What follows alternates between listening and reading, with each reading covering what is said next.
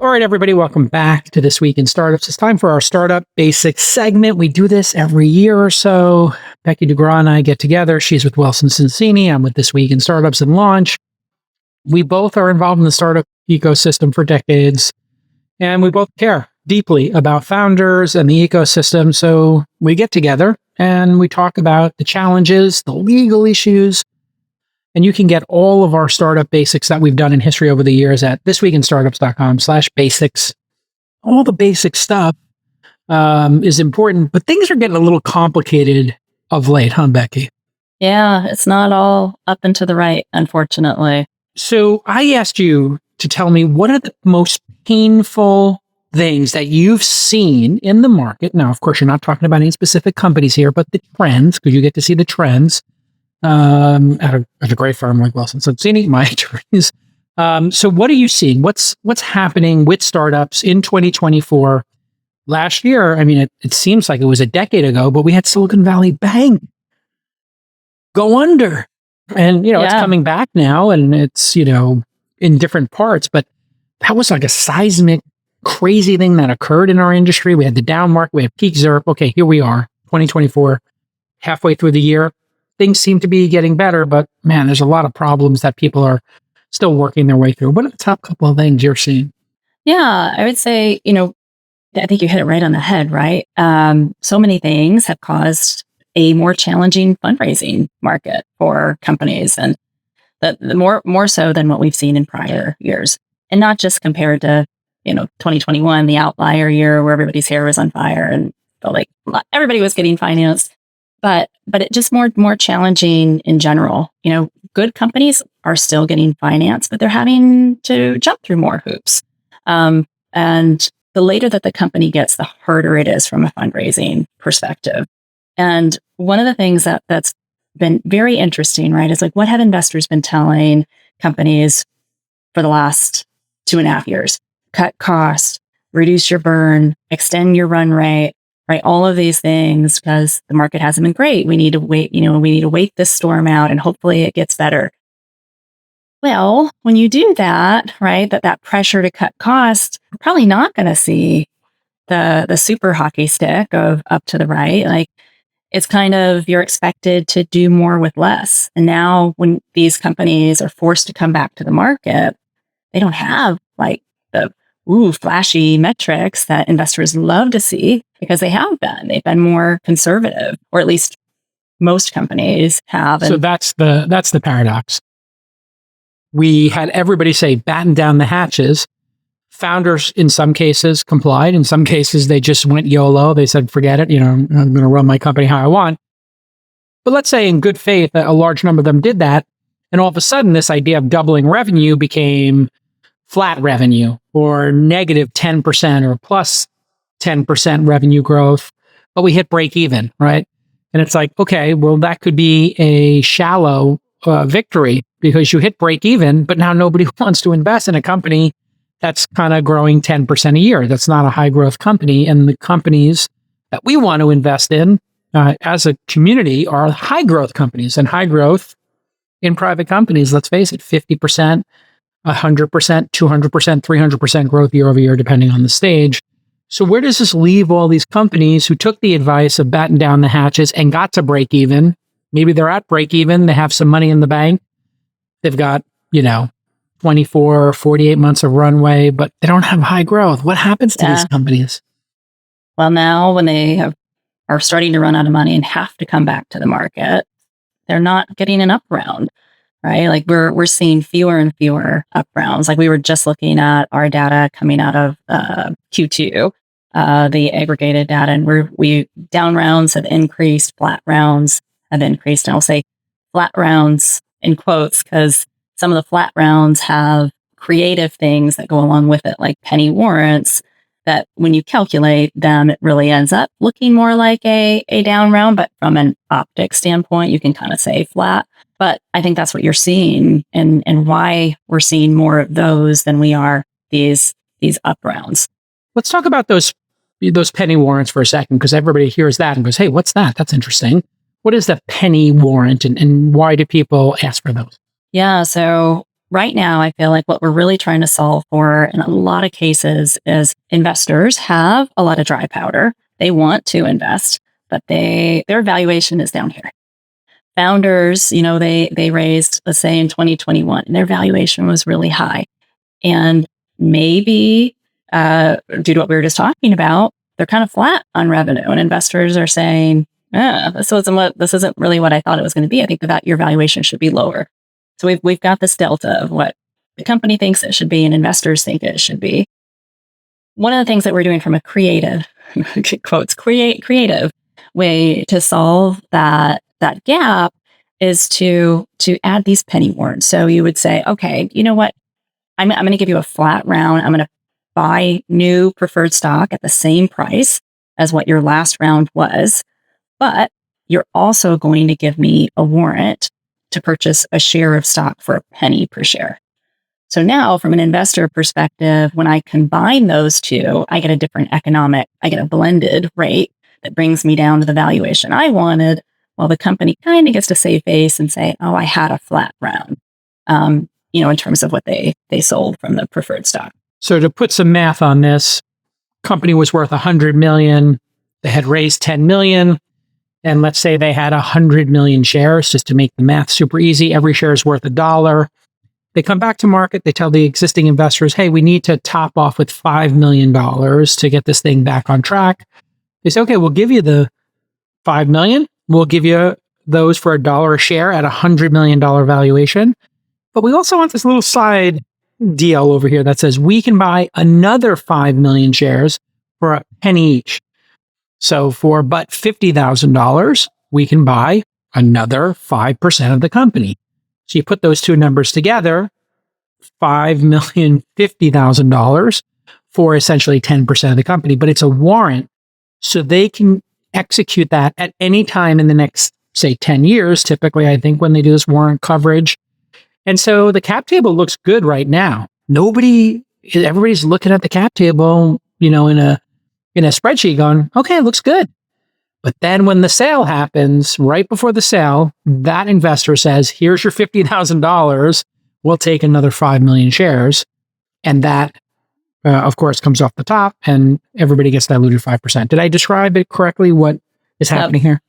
That's exactly what's happening. And today, founders get to save face and say, oh, I had a flat round. Whereas, and you can adjust that ratio so that it gets to, whether you get 1 for 1 or whatever it might be on the warrant side to get to that right valuation that the investor was looking for. Yeah, let's say the valuation was like they wanted to get to 25 million, right? So now they need, instead of 1 extra share for every share they put in, they need more, right? They need another 2 or 3. So man, it can get a little bit hairy. Tell me what's going on with M&A. We have a very chilled market with M&A. I have been all caps. Everybody knows when I go all caps on social media, something's going on here. So I was all caps with SVB. Hey, we got to save SVB. At least the deposits, if the company got wiped out and people's equity got wiped out, that's one thing. But you can't take a school or a startup's money out of their bank account. Like, that's not cool. So, okay, we got through that. All caps, JCal saved the day there. And some smart people in Washington. Yes, of course. It's, the fact that people even, like the New York Times is writing about my all caps rants, like it's has any impact on anything is ridiculous. But anyway, I went all caps the other day. And I said, listen, this is me saying this, not you, not Wilson Sonsini, but for me, JCal, gosh, it's really frustrating the chill that Lena Khan and this administration has put, and I don't want to make this political, but they have put a chill in our industry and M&A. Nobody wants to buy anything because they saw what happened with Adobe and Figma. They see what's happening in the market where, Google wants to buy an AI company, Microsoft wants to buy an AI company. They do this weird synthetic acquisition, I'll call it. I'm going to call it a synthetic acquisition where they buy the team, they give a licensing fee, and then the company still exists, and I don't know what happens. Have you seen any of this synthetic M&A, I'll call it, or just the chill in general on M&A, and what's your outlook for this changing, if at all? Yeah, I would say the M&A market is chill is a very good description on what's going on there. And I was chatting with a number of our M&A partners recently on this. And they're like, I don't know I don't know that I've seen a market quite like this.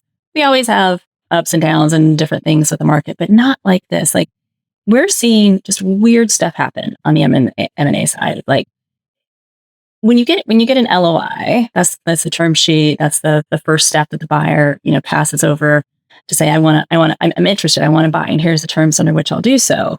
If you sign that, between then and the time that you get, say, the first draft and the buyer prepares that of the definitive agreement, I would say, like, we will sometimes see deals die in that period, right? They start doing a little bit more diligence. Maybe they decide, not the one for me. But what we have seen over the last year and a half, I'll call it, is the deals get really far along. I mean, like, we're on the finish line.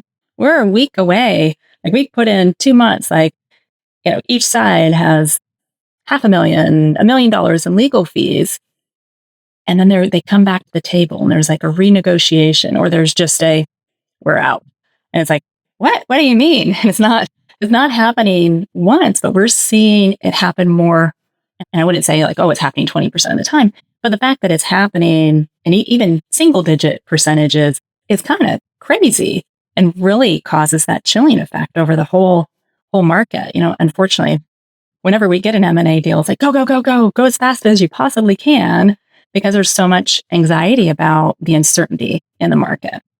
So definitely an issue. It feels to me like the ice age here, and it's so frustrating for me because we'll have great companies that get to millions, low tens of millions in revenue. They're not IPO candidates. We know that. Everybody is cool with it not being an IPO candidate. Great. It's better than failure or the company shutting down.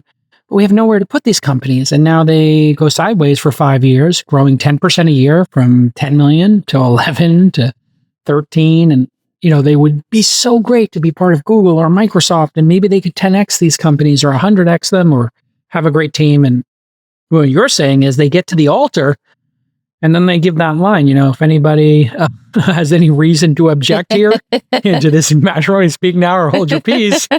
And somebody on the acquisition team says, I was looking at the churn, and the churn rate's gone up the last 3 months. So we think you'll have no customers in 24 months if the churn keeps up at 5% a month. So therefore, we want to pay less. And my Lord, it's just so frustrating. We need a vibrant M&A market. And so I'm hoping that we, Becki, can get through as an industry with the change in Washington. We'll have a new administration. Maybe they'll have a little more fluidity in what I'll call singles and doubles in M&A. My proposal is pretty simple. Why don't we just let companies under $250 billion have a very open market so that we have some bigger tech companies, join the Magnificent Seven. And then if you're part of the Magnificent Seven and you're over $500 billion in market cap or $1 trillion even, you have a different set of M&A rules. That's my suggestion, is just let the younger companies, the upstarts, merge and acquire, and maybe have a tougher set of rules for the Googles of the worlds and the Microsofts, et cetera. There's definitely some regulatory hurdles out there that are putting an additional chilling factor on the M&A market. And how much is international, regulatory bodies starting to impact American companies? We see the UK, I think, was the ones who actually were leading the charge against the Adobe Figma, from my understanding, that acquisition. But then you have the EU, generally speaking. How much are these international organizations impacting the American companies, and what they do M&A-wise? Yeah, I mean, depending on where the entities are and where jurisdiction lies, it's entirely possible that you're not just subject to one regime, but you could be subject to multiple regimes and the antitrust laws in each of those jurisdictions. So it's and every time you start getting into that, it's not cheap. And that's where buyers are making, calculated decisions of how expensive is it going to be for me to find out if this is going to be okay. And right at the end of the day, like, you kind of, the fees are quite high that you start calculating that in terms of your transaction acquisition cost, right? Of how much am I going to offer the company and how much do I have to pay to get that company? Right. So you could have millions of dollars in legal fees. Then there's this new thing that's been introduced And could be 6 months, 12 months, 18 months to get a deal through. And this new thing, the breakup fee, maybe you're seeing a little bit more of that because people are anticipating on the sell side, hey, we don't know if this is going to get the regulators. It's going to be a distraction. Maybe we need $100 million or $1 billion if this doesn't work out. And that's paid for by the seller. I'm sorry, the buyer, correct?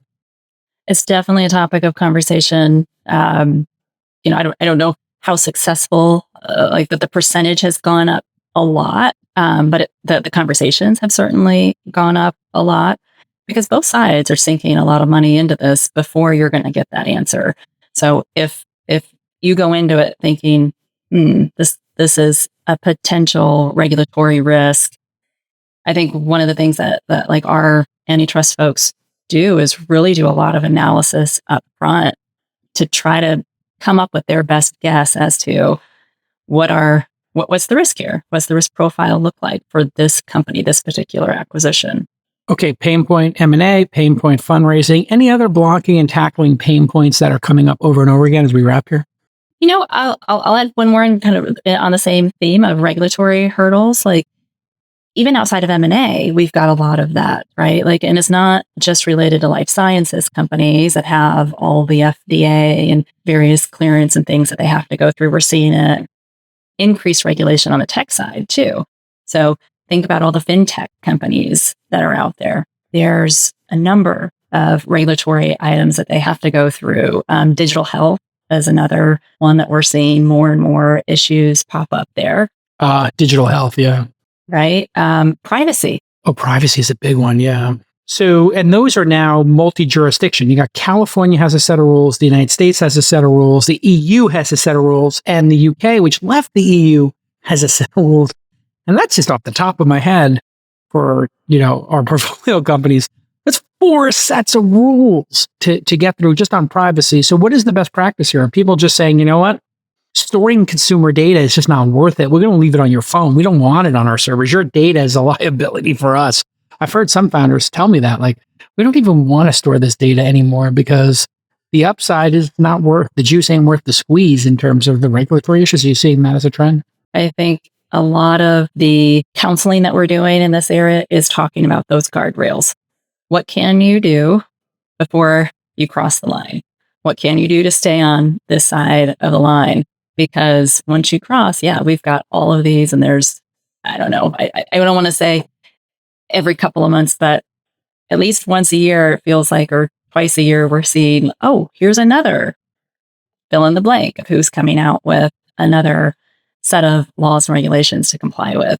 And, all of that, right, is really costly. You need somebody in-house to hire with the expertise that really understands it and is able to help with setting everything up. You need the external counsel, right? We've got folks in London, Brussels specifically to deal with a lot of the EU privacy matters.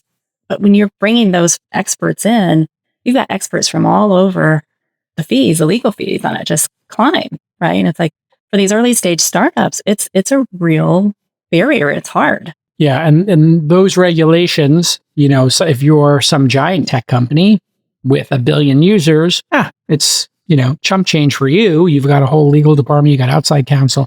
But yes, for a startup, and this is why really taking security seriously and only storing and keeping what you need.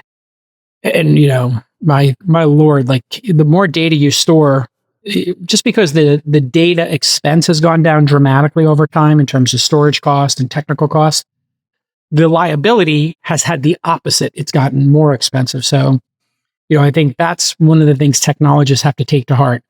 Yes, it's cheaper and easier to store every little click that everybody does, but then the liability keeps going up. That's why some jurisdictions, I remember in the early days of the internet, France, they had some great regulations like, you can't store your phone bills, like the phone numbers and who you called past a year or something, because the French were just concerned about privacy. They were like a little bit weird that way. And I just thought, wow, this is something interesting there. Like, do I need to store every direct message, because if it does come out, man, the liability could be very high. And hacking is, I guess, another piece of this. How often are startups coming to you saying, hey, we've been hacked. We need to get a war room together here and think about what fines we're going to get, and how's that been going? I would say, yes, we definitely see it. It's kind of part of the regular course. The really big ones are the ones that are scary, that impact everybody, right? I think, what was it, maybe like a month ago, there was a really big one. Oh, I think it was AT&T or something, yeah. And you start thinking about the fallout. I mean, lawyers understand this because they deal with the discovery process. So understanding that everything you write in electronic communication, if it is stored, will come out in a discovery process. If you're a senior executive who's been deposed, or you're an attorney, you understand this. But young people don't. And I've had to remind young people at startups, because they will email me, the least experienced person decides they have a take on copyright. And you're like, okay, you're 22 years old. You've got a take on copyright based on your experience on Reddit and conversations you've had there. Great. You just codified it. And when we get subpoenaed, that conversation, the worst, most inarticulate, uninformed conversation, becomes the center of the lawsuit. Yeah. And I think people tend to understand the email part. Like, oh, can you, is it like, sometimes they'll even ask, like, can you bless this email, right? Like, is this okay to send out? But then when I remind them about text messages, like, oh, we don't have anything in writing. I'm like, okay, so you didn't have any text messages with so-and-so. Oh, that counts? Yes, that counts. Well, I think, one thing that I hear a number of executives saying is we're going to have our data retention policy. And some larger corporations have changed their data retention policy, which is, hey, we're going to keep things for 1 year, 2 years, but we're not keeping things for 10 years. And, executives, I always tell executives, the rule should be, if a legal letter comes in, if a claim comes in, not a lawsuit, but, people send a letter first, or they hint at something in an email, that's when you pick up the phone. We have phones. And they're not recorded, and you could have a conversation with your attorney that is privileged and confidential, that is not transcribed anywhere. And this is something also for Zoom for people to understand, because everybody is recording. I was on a board call the other day. Somebody was recording the board call. And I was like, whoa. Are we recording? And then we've got the AI companion on transcribing. And they're like, yeah, that's my default. I'm like, not for board meetings.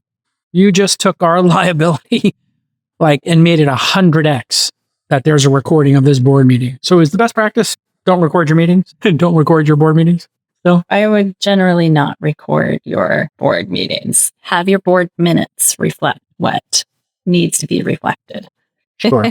Yeah, that makes sense, because in any kind of litigation that were to occur, every single statement, your intent doesn't matter. It's what the opposing counsel can convince a jury, if you did get that far, your intent was. So your interpretation of your intent is, only half the battle. It's what the jury thinks of your intent. And man, people have said some things, that are wild. And I mean, at the end of the day, you want your board to have an open conversation and not be worried about, okay, if I say this, I'm thinking about that deposition. I'm thinking about litigation, right?